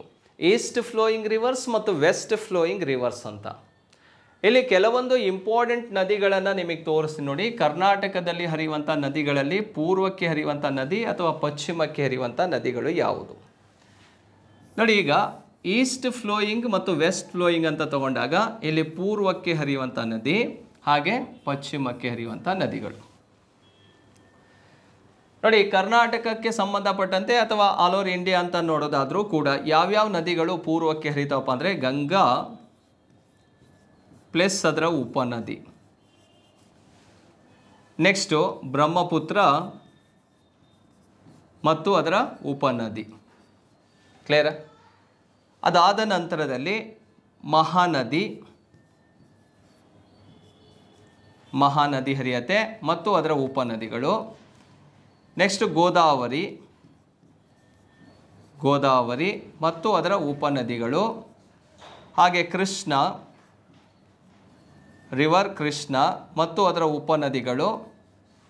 ಅದಾದ ನಂತರ ಕಾವೇರಿ ಹಾಗೂ ಅದರ ಉಪನದಿಗಳು. ಕ್ಲಿಯರಾ? ಅದು ಬಿಟ್ಟರೆ ಉತ್ತರ ಪೆನ್ನಾರ್ ಹಾಗೆ ದಕ್ಷಿಣ ಪೆನ್ನಾರ್ ಮತ್ತು ಪಾಲಾರ್ ನದಿಗಳು. ಯಾವುದು? ಪಾಲಾರ್ ನದಿ. ಈ 3 ನದಿನೂ ಕೂಡ ಯಾವ ಕಡೆ ಹರಿಯುತ್ತೆ? ಪೂರ್ವ ದಿಕ್ಕಿಗೆ ಹರಿಯುವಂಥ ನದಿಗಳಾಗಿರ್ತವೆ. ಹಾಗಾದರೆ ಪಶ್ಚಿಮ ದಿಕ್ಕಿಗೆ ಹರಿಯುವಂತಹ ನದಿಗಳಲ್ಲಿ ಬಹಳಷ್ಟು ನದಿಗಳು ಕಂಡುಬರ್ತಾವೆ. ಆ ನದಿಗಳಲ್ಲಿ ಇಂಪಾರ್ಟೆಂಟ್ ಆಗಿರುವಂತಹ ನದಿ ಅಂದರೆ ಇಂಡಸ್. ಯಾವ ನದಿ ಹರಿಯುತ್ತೆ? ಸಿಂಧೂ ನದಿ ಹರಿಯುತ್ತೆ. ಸಿಂಧೂ ಮತ್ತು ಅದರ ಉಪನದಿಗಳು ಪಶ್ಚಿಮ ಅಭಿಮುಖವಾಗಿ ಹರಿಯೋದು. ಅದು ಬಿಟ್ಟರೆ ಇಂಪಾರ್ಟೆಂಟ್ ನದಿ ಯಾವುದಪ್ಪ ಅಂದರೆ ಲೂನಿ, ಸಬರಮತಿ, ಓಕೆ, ಮಾಹಿ ನದಿ ಅಂತ ಹರಿಯುತ್ತೆ, ಮಾಹಿ. ಅದಾದ ನಂತರ ನರ್ಮದಾ, ತಾಪಿ ನದಿ ಹರಿಯುತ್ತೆ. ಅದೇ ಲಿಸ್ಟನ್ನು ಕಂಟಿನ್ಯೂ ಮಾಡಿಕೊಂಡು ಹೋದಾಗ ಕರ್ನಾಟಕಕ್ಕೆ ಬಂದರೆ ಶರಾವತಿ ನದಿ ಹರಿಯುತ್ತೆ. ನೆಕ್ಸ್ಟ್ ಗಂಗಾವಳ್ಳಿ ನದಿ ಅಂತಲೂ ಕೂಡ ಹರಿಯುತ್ತೆ. ನೇತ್ರಾವತಿ ನದಿನೂ ಕೂಡ ವೆಸ್ಟ್ ಫ್ಲೋಯಿಂಗ್ ನದಿ ಆಗಿರುತ್ತೆ. ಅದರ ಜೊತೆಗೆ ವರಾಹಿ, ಚಕ್ರ, ಕೇಡಕ್, ಕುಬ್ಜ, ಸೌಪರ್ಣಿಕ ಅಂತಲೂ ನದಿಗಳು ಕಂಡುಬರ್ತಾವೆ. ಇವೆಲ್ಲವೂ ಕೂಡ ಪಶ್ಚಿಮಕ್ಕೆ ಹರಿದು ಅರಬ್ಬಿ ಸಮುದ್ರವನ್ನು ಸೇರ್ತವೆ. ಈ ನದಿಗಳು ಪೂರ್ವಕ್ಕೆ ಹರಿದು ಎಲ್ಲಿಗೆ ಸೇರ್ತಾವಪ್ಪ ಅಂದರೆ ಬಂಗಾಳ ಕೊಲ್ಲಿಯನ್ನು ಸೇರ್ತಾವೆ. ಈ ರೀತಿ ಕಂಪ್ಲೀಟ್ ಆಗಿ ಒಂದು ಲೀಸ್ಟನ್ನು ಮಾಡಿಕೊಂಡು ಒಂದು ಸಲ ಸ್ಟಡಿ ಮಾಡಿ ಚೆಂದಾಗಿ ಅರ್ಥ ಮಾಡ್ಕೊಳ್ಳಿ. ಇಂಥ ಪ್ರಶ್ನೆಗಳು ಬಂದರೆ ಆನ್ಸರನ್ನು ಮಾಡ್ಬೋದು. ನೋಡಿ, 3ನೇ ಪ್ರಶ್ನೆಗೆ ಸರಿಯಾದಂಥ ಉತ್ತರ ಯಾವುದಪ್ಪ ಅಂದರೆ ನೇತ್ರಾವತಿ ನದಿ. ನೆಕ್ಸ್ಟ್ ಹೋಗೋಣ 4ನೇ ಪ್ರಶ್ನೆಗೆ. ಪಟ್ಟಿ 1 ಮತ್ತು ಪಟ್ಟಿ 2 ಹೊಂದಿಸಿ ಬರೆಯಿರಿ. ಕೆಳಗೆ ಕೊಟ್ಟಿರುವಂತಹ ಸಂಕೇತವನ್ನು ಬಳಸಿ ಸರಿ ಉತ್ತರವನ್ನು ಆಯ್ಕೆ ಮಾಡಿ. ಪಟ್ಟಿ 1 ಇದೆ, ಪಟ್ಟಿ 2 ಇದೆ. ಪಟ್ಟಿ 1ರಲ್ಲಿ ಏನು ಮಾಡಿದಾರಪ್ಪ ಅಂದರೆ ಶಿಖರಗಳನ್ನು ಕೊಟ್ಟಿದ್ದಾರೆ, ಪೀಕನ್ನು ಕೊಟ್ಟಿದ್ದಾರೆ ಪಟ್ಟಿ 1ರಲ್ಲಿ. ಪಟ್ಟಿ 2ರಲ್ಲಿ ಶ್ರೇಣಿ ಮೌಂಟೇನ್ ರೇಂಜನ್ನು ಕೊಟ್ಟಿದ್ದಾನೆ, ಆರ್ ಮೌಂಟೇನ್ಸನ್ನು ಕೊಟ್ಟಿರುವಂಥದ್ದು. ಹಾಗಾದರೆ ಪಟ್ಟಿ 1ರಲ್ಲಿರುವಂತಹ ಪೀಕ್ಗಳು ಯಾವ್ಯಾವ್ದಿದಾವೆ ನೋಡಿ. ಒಂದು ಗುರು ಶಿಖರ ಅಂತ ಇದೆ, ದೊಡ್ಡ ಬೆಟ್ಟ ಅಂತ ಇದೆ, ಅನೇಮುಡಿ, ಧೂಪಗಾರ್ ಅಂತ ಇದೆ. 4 ಪೀಕ್ಗಳವು. ಅದರ ಜೊತೆಗೆ ಮೌಂಟೇನ್ ಯಾವ್ಯಾವುದು? ಅಣ್ಣಾಮಲೈ ಮೌಂಟೇನ್ ಇದೆ, ಅರಾವಲಿ ಮೌಂಟೇನ್, ನೀಲಗಿರಿ, ಸಾತ್ಪುರ್ ಮೌಂಟೇನ್ ಅಂತ ಇದೆ. ಯಾವ್ಯಾವ ಮೌಂಟೇನಲ್ಲಿ ಯಾವ್ಯಾವ ಪೀಕ್ ಕಂಡು ಬರುತ್ತೆ ಅಂತ ಹೇಳಿ ಇಲ್ಲಿ ಆನ್ಸರ್ ಮಾಡಬೇಕಾಗಿರೋದು. ನೋಡಿ, ಗುರು ಶಿಖರ್ ಅನ್ನುವಂಥದ್ದು ಯಾವ ಮೌಂಟೇನ್ನಲ್ಲಿ ಕಂಡು ಬರುತ್ತೆ ಅಂದರೆ ಅದು ಅರಾವಲಿಯಲ್ಲಿ ಕಂಡು ಬರುವಂಥದ್ದು. ದೊಡ್ಡ ಬೆಟ್ಟ ಅನ್ನೋಂಥ ಕಂಡು ಬರೋದು ಎಲ್ಲಪ್ಪ ಅಂದರೆ ನೀಲಗಿರಿಯಲ್ಲಿ ಕಂಡು ಬರುತ್ತೆ. ಅನೈಮುಡಿ ಕಂಡು ಬರೋದು ಅಣ್ಣಾಮಲೈ ಬೆಟ್ಟದಲ್ಲಿ ಕಂಡು ಬರುತ್ತೆ. ಹಾಗೆ ಧೂಪುಗಾರ್ ಎಲ್ಲಿದೆಯಪ್ಪ ಅಂದರೆ ಸಾತ್ಪುರ್ ಬೆಟ್ಟದಲ್ಲಿ ಕಂಡು ಬರುತ್ತೆ. ಡಿನೇ ಸರಿಯಾದಂಥ ಉತ್ತರ 4th. ಈಗ ಇಲ್ಲಿ ಯಾವ ರೀತಿ ಕ್ವಶನ್ಸನ್ನು ರೈಸ್ ಮಾಡ್ತಾನೆ, ವರ್ಲ್ಡ್ ಹೈಯೆಸ್ಟ್ ಪೀಕ್ ಯಾವುದಂತ ಕೇಳಿದರೆ ಪ್ರಪಂಚದ ಅತಿ ಎತ್ತರವಾದಂತಹ ಪರ್ವತ ಶಿಖರ ಯಾವುದಪ್ಪ ಅಂದರೆ ಮೌಂಟ್ ಎವರೆಸ್ಟ್. ಅದರ ಜೊತೆಗೆ ಭಾರತದ ಅತಿ ಎತ್ತರವಾದಂತಹ ಪರ್ವತ ಶಿಖರ ಹೈಯೆಸ್ಟ್ ಮೌಂಟೇನ್ ಪೀಕ್ ಇನ್ ಇಂಡಿಯಾ ಅಂತ ಕೇಳಿದರೆ K2 ಆರ್ ಗಾಡ್ವಿನ್ ಆಸ್ಟಿನ್. ಯಾವುದೇ ವಿವಾದದಲ್ಲಿ ಇಲ್ಲದೇ ಇರುವ ಭಾರತದ ಅತಿ ಎತ್ತರವಾದಂತಹ ಪರ್ವತ ಶಿಖರ, ಯಾವುದೇ ಡಿಸ್ಪ್ಯೂಟ್ ಇರಬಾರ್ದು, ಕಾಂಚನಜುಂಗ ಸಿಕ್ಕಿಂ ರಾಜ್ಯದಲ್ಲಿ ಕಂಡುಬರುತ್ತೆ. K2 ಯಾಕೆ ಅಂತ ಕೇಳಿದಾಗ ಇದು POKಯಲ್ಲಿ ಕಂಡುಬರೋದ್ರಿಂದ ಭಾರತ ಮತ್ತು ಪಾಕಿಸ್ತಾನದ ನಡುವೆ ವಿವಾದಿತ ಪ್ರದೇಶದಲ್ಲಿ ಕಂಡುಬರುವಂಥದ್ದು POK ಏರಿಯಾದಲ್ಲಿದೆ K2 ಆರ್ ಗಾಡ್ವಿನ್ ಆಸ್ಟಿನ್. ಹಾಗೆ ಕರ್ನಾಟಕದ ಅತಿ ಎತ್ತರವಾದಂತಹ ಪರ್ವತ ಶಿಖರ ಯಾವುದಪ್ಪ ಅಂದರೆ ಮುಳ್ಳಯ್ಯನಗಿರಿ, ಚಿಕ್ಕಮಗಳೂರು ಜಿಲ್ಲೆಯಲ್ಲಿ ಕಂಡುಬರುವಂಥದ್ದು. ಇಲ್ಲಿ ನೋಡಿ, ಈಗ ಗುರು ಶಿಖರ ಅನ್ನುವಂಥದ್ದು ಅರಾವಲಿ ಬೆಟ್ಟದಲ್ಲೇ ಹೈಯೆಸ್ಟ್ ಪೀಕ್. ಅದು ಅರಾವಲಿ ಪರ್ವತ ಶ್ರೇಣಿಯಲ್ಲಿ ಕಂಡುಬರುವಂತಹ ಅತಿ ಎತ್ತರವಾದ ಶಿಖರ ಯಾವುದಪ್ಪ ಅಂದರೆ ಅದೇ ಗುರು ಶಿಖರವಾಗಿರುತ್ತೆ. ಅದಕ್ಕೆ ಹೈಯೆಸ್ಟ್ ಪೀಕ್ ಆಗಿ ಕೊಟ್ಟಿರುವಂಥದ್ದು. ನೆಕ್ಸ್ಟ್ ನೋಡಿ, ನೀಲಗಿರಿಯಲ್ಲಿ ಹೈಯೆಸ್ಟ್ ಪೀಕ್ ಯಾವುದಪ್ಪ ಅಂದರೆ ದೊಡ್ಡ ಬೆಟ್ಟ. ನೀಲಗಿರಿಯಲ್ಲಿ ಹೈಯೆಸ್ಟ್ ಪೀಕ್ ಯಾವುದು? ದೊಡ್ಡ ಬೆಟ್ಟ. ಇದು ಯಾವ ಸ್ಟೇಟಲ್ಲಿದೆ ದೊಡ್ಡ ಬೆಟ್ಟ ಅಂತ ಕೇಳಿದರೆ ಇದು ತಮಿಳುನಾಡಿನಲ್ಲಿ ಕಂಡುಬರುತ್ತೆ. ದೊಡ್ಡ ಬೆಟ್ಟ ಇರುವಂಥದ್ದು ಯಾವ ಸ್ಟೇಟು? ತಮಿಳುನಾಡು. ಗುರು ಶಿಖರ ಯಾವ ಸ್ಟೇಟಲ್ಲಿದೆ ಅಂದರೆ ರಾಜಸ್ಥಾನದಲ್ಲಿ ಕಂಡುಬರುತ್ತೆ. ಹಾಗೆ ಅನೈಮುಡಿ ಇದೆಯಲ್ಲ, ಅನೈಮುಡಿ ಇರೋದು ಕೇರಳ ರಾಜ್ಯದಲ್ಲಿ. ಅನೈಮುಡಿ ಯಾವ ಬೆಟ್ಟದಲ್ಲಿದೆ ಅಂದರೆ ಅಣ್ಣಾಮಲೈ ಬೆಟ್ಟದಲ್ಲಿ ಕಂಡುಬರುವಂಥದ್ದು. Highest peak in South India, ದಕ್ಷಿಣ ಭಾರತದ ಅತಿ ಎತ್ತರವಾದ ಪರ್ವತ ಶಿಖರ ಯಾವುದಂದರೆ ಅನೈಮುಡಿ. ಹಾಗೆ ಪಶ್ಚಿಮ ಘಟ್ಟಗಳಲ್ಲಿ highest peak in western Ghats ಅಂತ ಕೇಳಿದ್ರು ಅನೈಮುಡಿನೇ ಆನ್ಸರ್ ಮಾಡಬೇಕು. ಪೆನಿನ್ಸುಲರ್ ಪ್ಲೇಟಿವಲ್ಲಿ ಹೈಯೆಸ್ಟ್ ಪೀಕ್ ಯಾವುದಂತ ಕೇಳಿದ್ರು ಅನೈಮುಡಿ. ಅಂದರೆ ಪರ್ಯಾಯ ಪ್ರಸ್ಥಭೂಮಿಯಲ್ಲಿ ಅತಿ ಎತ್ತರವಾದ ಪರ್ವತ ಶಿಖರ ಅನೈಮುಡಿ ಆಗಿರುತ್ತೆ, ಕೇರಳ ರಾಜ್ಯದಲ್ಲಿ ಇರುವಂಥದ್ದು. ಓಕೆ, ಹಾಗಾದರೆ ಅಣ್ಣಾಮಲೈ ಬೆಟ್ಟದಲ್ಲಿ ಹೈಯೆಸ್ಟ್ ಪೀಕ್ ಯಾವುದಂತ ಕೇಳಿದ್ರು ಅನೈಮುಡಿನೇ.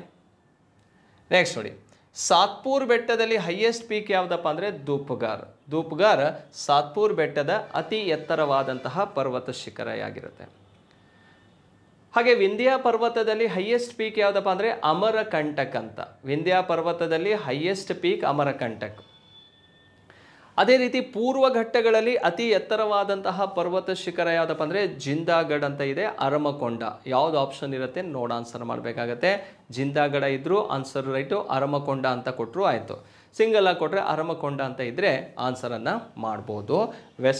ಈಸ್ಟರ್ನ್ ಘಾಟ್ಸಲ್ಲಿ ಇರುವಂಥ ಹೈಯೆಸ್ಟ್ ಪೀಕ್. ಕ್ಲಿಯರಾ? ಹಾಗಾದರೆ ಇದರಲ್ಲಿ ಸರಿಯಾದಂಥ ಉತ್ತರ ಯಾವುದಂತ ನೋಡಿ.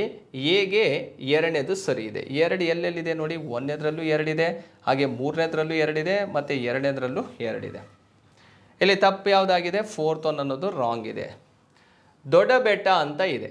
ದೊಡ್ಡ ಬೆಟ್ಟ ಅನ್ನುವಂಥದ್ದು ಎಲ್ಲಿ ಕಂಡು ಬರುತ್ತೆ? ನೀಲಗಿರಿ. 3ನೇದಕ್ಕೆ ಹೋಗೋಣ.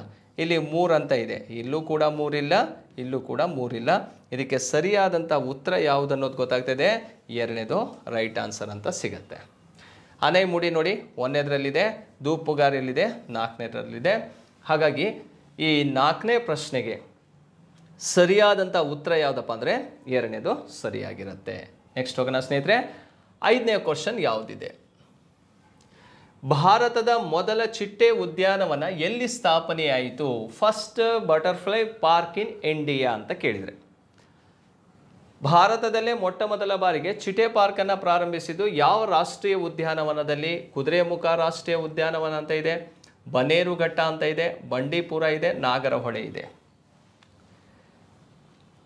ಕರ್ನಾಟಕದಲ್ಲಿ ಒಟ್ಟು 5 ರಾಷ್ಟ್ರೀಯ ಉದ್ಯಾನವನಗಳಿದಾವೆ ನೋಡಿ. ಕುದುರೆಮುಖ, ಬನ್ನೇರುಘಟ್ಟ, ಬಂಡೀಪುರ, ನಾಗರಹೊಳೆ. 5ನೇದು ಯಾವುದಪ್ಪ ಅಂದರೆ ಅಂಶಿ ಅಥವಾ ಅಣಸಿ ಅಂತ. 5th one ಯಾವುದು? ಅಂಶಿ ನ್ಯಾಷನಲ್ ಪಾರ್ಕ್ ಅಂತ. ಇವು 5 ರಾಷ್ಟ್ರೀಯ ಉದ್ಯಾನವನ ಕರ್ನಾಟಕದಲ್ಲಿರೋದು.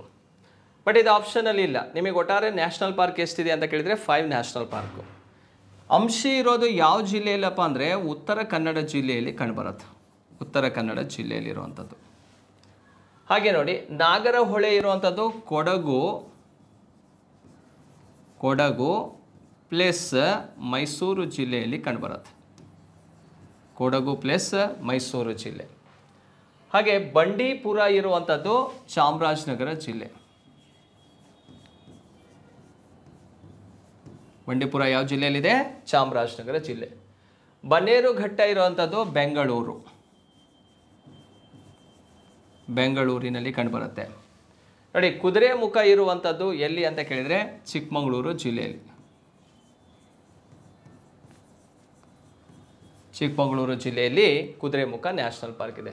ನೋಡಿ, ಒಂದೊಂದು ರಾಷ್ಟ್ರೀಯ ಉದ್ಯಾನವನಗಳು ಯಾವ್ಯಾವ ಜಿಲ್ಲೆಯಲ್ಲಿದೆ ಅಂತ ನಮಗಿಲ್ಲಿ ಕ್ಲಿಯರ್ ಆಯಿತು. ಈ ಕೊಟ್ಟಿರುವಂಥ ಪ್ರಶ್ನೆಗೆ ಆನ್ಸರನ್ನು ಮಾಡೋದಾದರೆ ನೋಡಿ, ಭಾರತದ ಮೊದಲ ಚಿಟ್ಟೆ ಪಾರ್ಕನ್ನು ಪ್ರಾರಂಭಿಸಿದ್ದು ಎಲ್ಲಿ ಅಂತ ಕೇಳಿದರೆ ಬನ್ನೇರುಘಟ್ಟ ರಾಷ್ಟ್ರೀಯ ಉದ್ಯಾನವನದಲ್ಲಿ ಪ್ರಾರಂಭಿಸಲಾಯಿತು.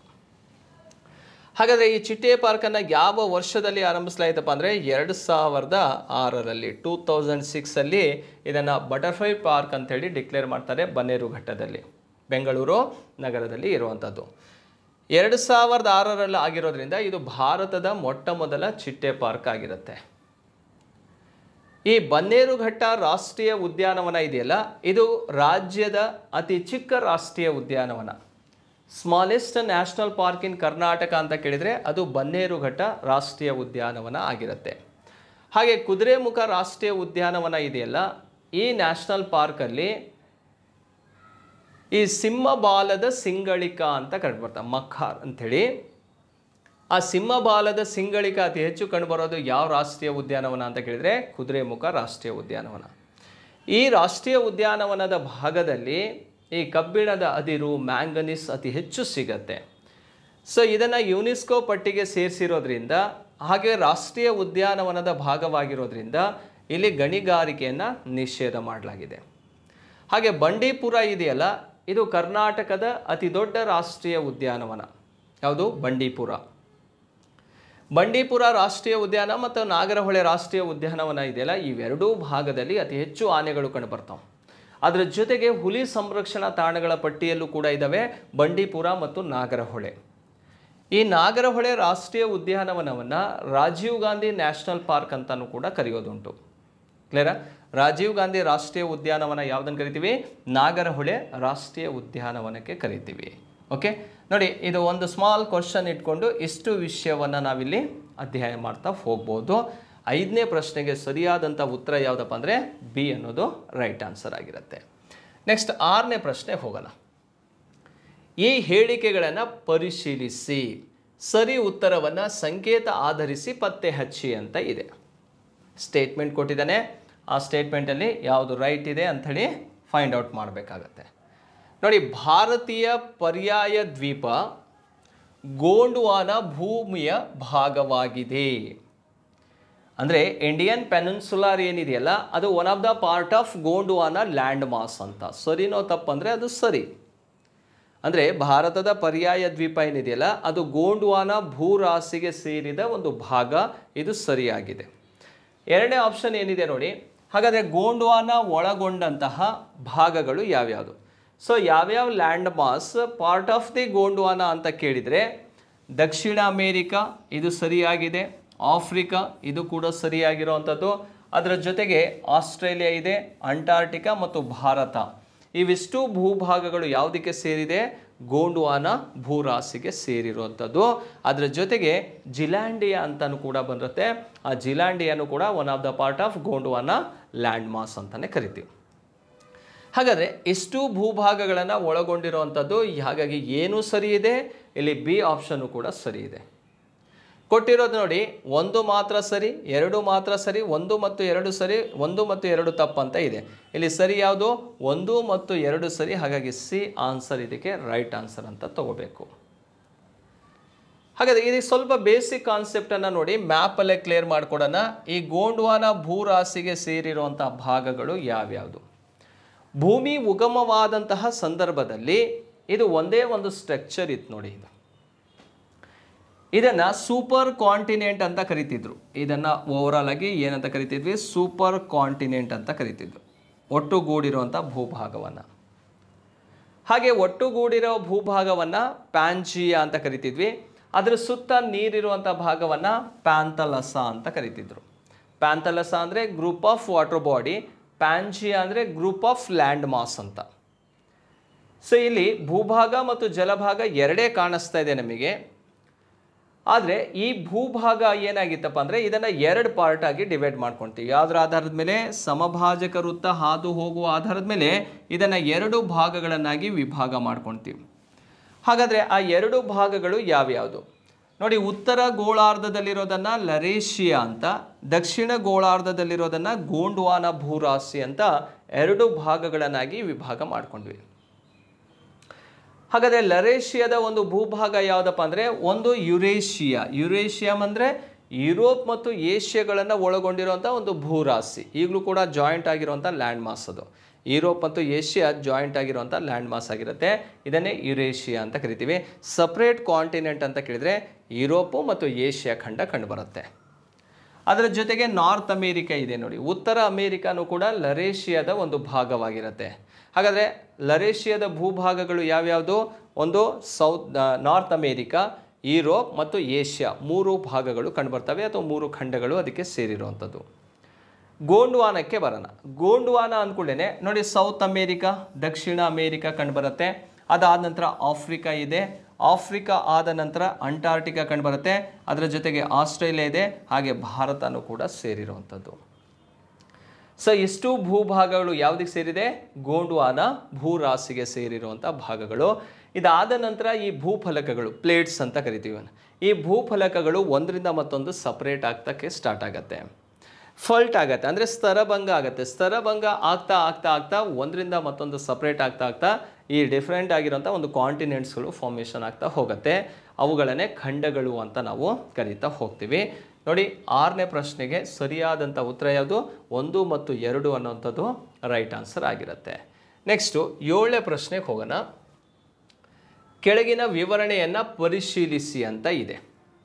ಸ್ಟೇಟ್ಮೆಂಟನ್ನೇ ಕೊಟ್ಟಿರುವಂಥದ್ದು, ಅದನ್ನು ಪರಿಶೀಲಿಸಿ ಅಂತ ಇದೆ. ಏನೆಲ್ಲ ಕೊಟ್ಟಿದ್ದಾರೆ ಅಂತ ನೋಡ್ಕೊಬಿಡೋಣ. ಭಾರತದ ಪಶ್ಚಿಮ ಕರಾವಳಿಯಲ್ಲಿ ಜುಲೈ ಮತ್ತು ಸೆಪ್ಟೆಂಬರ್ ಅವಧಿಯಲ್ಲಿ ಆಗುವ ಭಾರೀ ಮಳೆಗೆ ಆಗ್ನೇಯ ಮಾನ್ಸೂನ್ ಮಾರುತಗಳು ಕಾರಣವಾಗಿವೆ, ಅಥವಾ ಆಗ್ನೇಯ ಮಾನ್ಸೂನ್ ಕಾರಣವಾಗಿದೆ. ನೋಡಿ, ಭಾರತದಲ್ಲಿ ಪಶ್ಚಿಮ ಕರಾವಳಿ ಅಂತ ಕೇಳಿದರೆ ವೆಸ್ಟ್ ಕೋಸ್ಟಲ್, ಕ್ಲಿಯರಾ? ಸೊ ಇದು ವೆಸ್ಟ್ ಕೋಸ್ಟಲ್, ಈ ಕಡೆ ವೆಸ್ಟು, ಈ ಕಡೆ ಈಸ್ಟ್ ಕೋಸ್ಟಲ್. ಈ ಪಶ್ಚಿಮ ಕರಾವಳಿ ಭಾಗದಲ್ಲಿ ಮಾರುತಗಳು ಬೀಸೋಕ್ಕೆ ಸ್ಟಾರ್ಟ್ ಮಾಡ್ತಾವೆ. ಈ ರೀತಿ ಮಾರುತಗಳು ಬೀಸ್ತವೆ. ಈ ಮಾರುತಗಳನ್ನು ಮಾನ್ಸೂನ್ ಮಾರುತಗಳು ಅಂತ ಕರಿತೀವಿ. ಆದರೆ ದಿಕ್ಕು ಯಾವುದಪ್ಪ ಅಂದರೆ ಇದು ನೈಋತ್ಯ ಮಾನ್ಸೂನ್ ಮಾರುತಗಳು ಬೀಸುವಂಥದ್ದು. ಅಂದರೆ ಸೌತ್ ವೆಸ್ಟ್ ಮಾನ್ಸೂನ್ ವಿಂಡ್ಸ್ಗಳು ಬರ್ತಾವೆ ಭಾರತಕ್ಕೆ. ಕೊಟ್ಟಿರುವಂಥ ಆಪ್ಷನನ್ನು ನೋಡಿ, ಜುಲೈ ಮತ್ತು ಸೆಪ್ಟೆಂಬರ್ವರೆಗೆ, ಅಂದರೆ ಜೂನಿಂದನೇ ಸ್ಟಾರ್ಟ್ ಆಗುತ್ತೆ. ಜೂನ್, ಜುಲೈ, ಸೆಪ್ಟೆಂಬರ್ವರೆಗೂ ಮಳೆ ಬರ್ತಾ ಇರುತ್ತೆ. ಆದರೆ ಕೊಟ್ಟಿರುವಂಥದ್ದು ಆಗ್ನೇಯ ಅಂತ ಕೊಟ್ಟಿದ್ದಾರೆ. ಆಗ್ನೇಯ ಅನ್ನೋದು ತಪ್ಪು. ಯಾವ ಮಾನ್ಸೂನ್ ಮಾರುತದಿಂದ? ನೈಋತ್ಯ ಮಾನ್ಸೂನ್ ಮಾರುತದಿಂದ ಭಾರತಕ್ಕೆ ಅತಿ ಹೆಚ್ಚು ಮಳೆ ಪಡೆಯುತ್ತೆ. ಅದರಲ್ಲೂ ಯಾವ ಕೋಸ್ಟಲಿಗೆ? ಪಶ್ಚಿಮ ಕರಾವಳಿ ಭಾಗಕ್ಕೆ ಹೆಚ್ಚು ಮಳೆ ಪಡೆಯುತ್ತೆ. ಯಾಕಂದರೆ ಈ ಭಾಗದಲ್ಲಿರುವಂಥ ವೆಸ್ಟರ್ನ್ ಘಾಟ್ಸ್ ಇದನ್ನು ಕಂಟ್ರೋಲ್ ಮಾಡುತ್ತೆ, ಇಂಡಿಯಾಕ್ಕೆ ರೈನ್ಫಾಲ್ ಆಗೋ ರೀತಿಯಲ್ಲಿ ನೋಡ್ಕೊಳ್ಳುತ್ತೆ. ಯಾಕೆ ಅಂದರೆ ಸಮುದ್ರದಿಂದ ಬೀಸುವಂಥ ಮಾರುತಗಳು, ಸಮುದ್ರದಿಂದ ಬೀಸುವಂಥ ಮಾರುತಗಳಲ್ಲಿ ಜಲಾಂಶ ಹೆಚ್ಚಾಗಿರುತ್ತೆ, ಅದರಲ್ಲಿ ಮಾಯ್ಶ್ಚರ್ ಕಂಟೆಂಟ್ ಹೈ ಇರುತ್ತೆ. ಅದನ್ನು ಈ ವೆಸ್ಟರ್ನ್ ಘಾಟ್ಸು, ಹಿಮಾಲಯ ಆಗಿರ್ಬೋದು, ವಿಂಧ್ಯ, ಸಾತ್ಪುರ್, ಇವೆಲ್ಲ ಬೆಟ್ಟಗಳು ಮತ್ತು ನಾರ್ತ್ ಈಸ್ಟ್ ಮೌಂಟೇನ್ಸು ಎಲ್ಲವೂ ತಡೆದು ಭಾರತಕ್ಕೆ ಮಳೆ ಸುರಿಸುತ್ತೆ. ಇದನ್ನೇ ನಾವು ನೈಋತ್ಯ ಮಾನ್ಸೂನ್ ಮಾರುತಗಳು ಅಂತ ಕರಿತೀವಿ. ಕೊಟ್ಟಿರುವಂತಹ ಮೊದಲ ಹೇಳಿಕೆ ಏನಾಗಿದೆಯಪ್ಪ ಅಂದರೆ ರಾಂಗ್ ಆಗಿರೋದು ಕ್ಲಿಯರ್ ಇದೆ ನಮಗೆ. ಸ್ಟೇಟ್ಮೆಂಟ್ ಪೂರ್ತಿ ಓಕೆ, ಆದರೆ ದಿಕ್ಕು ಇಲ್ಲಿ ತಪ್ಪಿದೆ. ತೆಹರಿ ಜಲಾಶಯವನ್ನು ಉತ್ತರಾಂಚಲ ರಾಜ್ಯದಲ್ಲಿ ನಿರ್ಮಿಸಲಾಗಿದೆ, ಅಂದರೆ ಉತ್ತರಾಖಂಡ ರಾಜ್ಯದಲ್ಲಿ ನಿರ್ಮಿಸಲಾಗಿದೆ. ತೆಹರಿ ಜಲಾಶಯವನ್ನು ಉತ್ತರಾಖಂಡ ರಾಜ್ಯದಲ್ಲಿ ನಿರ್ಮಿಸಿರೋದು ಇದು ಸರಿಯಾಗಿರುವಂಥದ್ದು.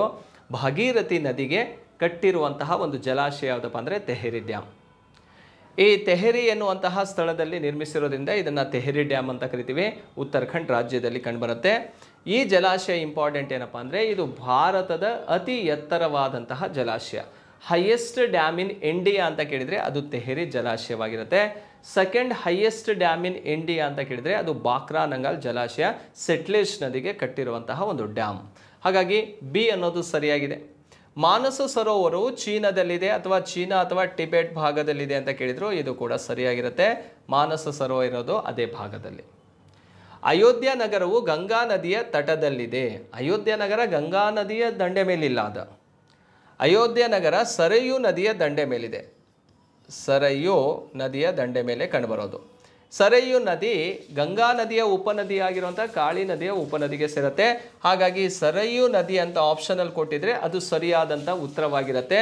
ಅಯೋಧ್ಯ ನಗರ ಅನ್ನುವಂಥದ್ದು ಗಂಗಾ ನದಿ ಅಂತ ಕೊಟ್ಟಿದ್ರೆ ಅದು ರಾಂಗ್ ಆನ್ಸರ್ ಆಯಿತು. ಹಾಗಾದರೆ ಸರಿಯಾದಂಥ ಉತ್ತರ ಯಾವುದು? ಸರಯೂ ನದಿಯ ದಂಡೆ ಮೇಲೆ ಕಂಡುಬರುತ್ತೆ. ಇಲ್ಲಿ ಕೊಟ್ಟಿರುವಂತಹ ಆಪ್ಷನಲ್ಲಿ ಕೆಳಗಿನ ವಿವರಣೆಗಳನ್ನು ಪರಿಶೀಲಿಸಿದಾಗ ಯಾವುದು ಸರಿ ಇದೆ ಅಂದರೆ ಬಿ ಮತ್ತು ಸಿ ಕಂಡುಬರುತ್ತೆ. ಬಿ ಅಂದರೆ 2, ಸಿ ಅಂದರೆ 3. 2 ಮತ್ತು 3 ಮಾತ್ರ ಇಲ್ಲಿ ಸರಿಯಾಗಿರೋದನ್ನು ನೋಡ್ಬೋದು. ಹಾಗಾಗಿ ಸಿ ಆನ್ಸರ್ ಇಲ್ಲಿ ರೈಟ್ ಆಗಿರುತ್ತೆ. ಎಷ್ಟನೇ ಪ್ರಶ್ನೆಗೆ? 7ನೇ ಪ್ರಶ್ನೆಗೆ ಸರಿಯಾದಂಥ ಉತ್ತರ ಯಾವುದು? 2 ಮತ್ತು 3 ಸರಿ. ಡಿ ಮತ್ತು ಎ 2 ಕೂಡ ಇಲ್ಲಿ ತಪ್ಪಾಗಿದೆ. ನೆಕ್ಸ್ಟ್ ಪ್ರಶ್ನೆಗೆ ಹೋಗೋಣ. ಯಾರ್ಲುಂಗ್ ಜಾಂಗೋ ನದಿಯನ್ನು ಭಾರತದಲ್ಲಿ ಯಾವ ಹೆಸರಿನಿಂದ ಕರೆಯಲಾಗುತ್ತದೆ? ಆಪ್ಷನಲ್ಲಿ ನೋಡಿ, ಗಂಗಾ ಅಂತ ಇದೆ, ಇಂಡಸ್ ಇದೆ, ಬ್ರಹ್ಮಪುತ್ರ, ಮಹಾನದಿ ಅಂತ ಇದೆ. ನದಿ ಹೆಸರೇನು? ಯಾರ್ಲುಂಗ್ ಜಾಂಗ್ಬೋ ನದಿ ಅಂಥೇಳಿ ಯಾವ ನದಿಯನ್ನು ಕರಿತೀವಿ? ಇದಕ್ಕೆ ಸರಿಯಾದಂಥ ಉತ್ತರ ಯಾವುದಪ್ಪ ಅಂದರೆ ಬ್ರಹ್ಮಪುತ್ರ ನದಿಗೆ ಕರೆಯುವಂಥದ್ದು. ಯಾರ್ಲುಂಗ್ ಜಾಂಗ್ಬೋ ಜಿಯಾಂಗ್ ಅಂತ ಕರಿತೀವಿ. ಬ್ರಹ್ಮಪುತ್ರ ನದಿಗೆ ಕರೆಯುವಂಥ ಹೆಸರು. ನೋಡಿ, ಇಂಡಿಯನ್ ಮ್ಯಾಪನ್ನು ತಗೊಂಡಾಗ ಇದು ಭಾರತದ ಈಶಾನ್ಯ ಭಾಗಗಳು ಕಂಡುಬರ್ತವೆ ಈ ಭಾಗದಲ್ಲಿ. ಸೊ ಇಲ್ಲಿಂದ ಬ್ರಹ್ಮಪುತ್ರ ನದಿ ಹರ್ಕೊಂಬರುತ್ತೆ. ಬ್ರಹ್ಮಪುತ್ರ ನದಿ ಈ ಹಿಮಾಲಯ ಭಾಗದಿಂದ ಹರ್ಕೊಳ್ತಾ ಬರುತ್ತೆ. ಕೈಲಾಸ ಪರ್ವತ, ಮಾನಸ ಸರೋವರ ಭಾಗ. ಇಲ್ಲಿಂದ ಹರ್ಕೊಂಬರುವಂತಹ ಈ ನದಿ ಹಿಂಗೆ ಹರ್ಕೊಂಬರ್ಬೇಕಾದ್ರೆ ಫಸ್ಟು ಟಿಬೇಟಲ್ಲಿ ಹರ್ಕೊಂಬರುತ್ತೆ. ಆ ಟಿಬೇಟ್ ಭಾಗದಲ್ಲಿ ಸಿಯಾಂಗ್ ಅಂತ ಕರೀತಾರೆ ಈ ನದಿಯನ್ನು. ಅಲ್ಲಿಂದ ಮುಂದೆ ಬರೆದಾಗ ಚೀನಾ ಭಾಗದಲ್ಲಿ ಇದನ್ನು ಯಾರ್ಲುಂಗ್ ಜಾಂಗ್ಬೋ ಜಿಯಾಂಗ್ ಅಂತ ಕರೆಯೋದು. ಕ್ಲಿಯರಾ? ನೋಡಿ, ಚೀನಾ ಭಾಗದಲ್ಲಿ ಕರೆಯೋದು ಯಾರ್ಲುಂಗ್ ಜಾಂಗ್ಬೋ ಜಿಯಾಂಗ್ ಅಂತ ಕರಿತೀವಿ. ಅಲ್ಲಿಂದ ಭಾರತಕ್ಕೆ ಎಂಟ್ರಿ ಕೊಡುತ್ತೆ. ಭಾರತಕ್ಕೆ ಎಂಟ್ರಿ ಕೊಟ್ಕೊಳ್ಳೇನೆ ಅಸ್ಸಾಂ ರಾಜ್ಯದಲ್ಲಿ ಇದನ್ನು ಬ್ರಹ್ಮಪುತ್ರ ನದಿ ಅಂತ ಕರೆಯೋದು. ಯಾರ್ಲುಂಗ್ ಜಾಂಗ್ಬೋ ಜಿಯಾಂಗ್ ಅಂತ ಎಲ್ಲಿ ಕರೀತಾರೆ? ಚೀನಾ ರಾಷ್ಟ್ರದಲ್ಲಿ ಕರೆಯುವಂಥದ್ದು ಯಾರ್ಲುಂಗ್ ಜಾಂಗ್ಬೋ ಜಿಯಾಂಗ್. ಅಲ್ಲಿಂದ ಭಾರತಕ್ಕೆ ಬಂದ ಕೂಡಲೇ ಯಾವ ಹೆಸರನ್ನು ಪಡ್ಕೊಳ್ಳುತ್ತದು? ಬ್ರಹ್ಮಪುತ್ರ ಅಂತ ಪಡ್ಕೊಳ್ಳುತ್ತೆ. ಅಲ್ಲಿಂದ ಗಂಗಾ ನದಿಯನ್ನು ಬಂದು ಸೇರಿಕೊಳ್ಳುತ್ತೆ. ಇವೆರಡು ಸೇರಿದ ನಂತರ ಇದನ್ನು ಪದ್ಮಾ ನದಿ ಅಂತ ಕರೀತಾರೆ. ಗಂಗಾ ಮತ್ತು ಬ್ರಹ್ಮಪುತ್ರ 2 ನದಿ ಸೇರಿದ ನಂತರ ಪದ್ಮಾ ಅಂತ ಕರೀತಾರೆ. ಹಾಗೆ ಅವೆರಡೂ ನದಿ ಹರ್ಕೊಂಡು ಹೋದ ನಂತರ ಮೇಘನಾ ಅಂತ ನದಿ ಬಂದು ಸೇರುತ್ತೆ. ಮೇಘನಾ, ಆ ಮೇಘನಾ ನದಿ ಸೇರಿದ ನಂತರ ಅದನ್ನು ಮೇಘನಾ ಅಂತಲೂ ಕೂಡ ಕರಿತೀವಿ. ಸಿಯಾಂಗ್ ಅಂತ ಕರಿದ್ವಿ. ಚೀನಾ ಭಾಗದಲ್ಲಿ ಯಾರ್ಲುಂಗ್ ಜಾಂಗ್ಬೋ ಜಿಯಾಂಗ್ ಅಂತ ಕರಿದ್ವಿ. ಭಾರತದಲ್ಲಿ ಬ್ರಹ್ಮಪುತ್ರ ಅಂತ ಕರೆದ್ವಿ. ಹಾಗೆ ಬಾಂಗ್ಲಾದೇಶಕ್ಕೆ ಹೋದ್ಕೊಳ್ಳೇನೆ ಗಂಗಾ ಬ್ರಹ್ಮಪುತ್ರ ಸೇರಿ ಪದ್ಮಾ ನದಿ ಆಗುತ್ತೆ. ಆ ಪದ್ಮಾ ನದಿಗೆ ಮೇಘನಾ ನದಿ ಬಂದು ಸೇರುತ್ತೆ. ಆನಂತರ ಮೇಘನಾ ನದಿ ಅಂಥೇಳಿ ಕೊನೆಯದಾಗಿ ಹೆಸರು ಪಡ್ಕೊಳ್ಳುತ್ತೆ. ನೋಡಿ, ಈ ರೀತಿಯಾಗಿ ಯಾವ ನದಿಗೆ ಯಾವುದು ಟೈಟಲಿಂದ ಕರೆಯಲಾಗತ್ತೆ ಅನ್ನೋದು ಕೂಡ ನಮಗೆ ಗೊತ್ತಿರಬೇಕಾಗತ್ತೆ. ಹಾಗಾದರೆ 8ನೇ ಪ್ರಶ್ನೆಗೆ ಸರಿಯಾದಂಥ ಉತ್ತರ ಯಾವುದಪ್ಪ ಅಂದರೆ ಬ್ರಹ್ಮಪುತ್ರ ನದಿ ಅನ್ನೋದು ಸರಿಯಾಗಿರುತ್ತೆ. ಓಕೆ ಸ್ನೇಹಿತರೆ, ನೋಡಿ ಎಷ್ಟು ಇಂಪಾರ್ಟೆಂಟ್ ಆದಂತಹ ಪ್ರಶ್ನೆಗಳು ನಿಮಗೆ ಕೇವಲ ಬೀಟ್ ಫಾರೆಸ್ಟರ್ ಅಲ್ಲ, ಲ್ಯಾಂಡ್ ಸರ್ವೆ, ಆಲ್ ಕಾಂಪಿಟೇಟಿವ್ ಎಕ್ಸಾಮಿಗೂ ಕೂಡ ಈ ಒಂದು ಸಬ್ಜೆಕ್ಟ್ ಮೇಲೆ ಕ್ವಶನ್ಸ್ಗಳು ಕೇಳ್ತಾನೆ ಬರ್ತಾನೆ. ಸ್ನೇಹಿತರೆ, ಇವೆಷ್ಟು ಕಾನ್ಸೆಪ್ಟನ್ನು ಇವತ್ತು ಅರ್ಥ ಮಾಡ್ಕೊಳ್ಳಿ.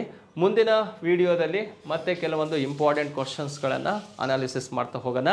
Thank you.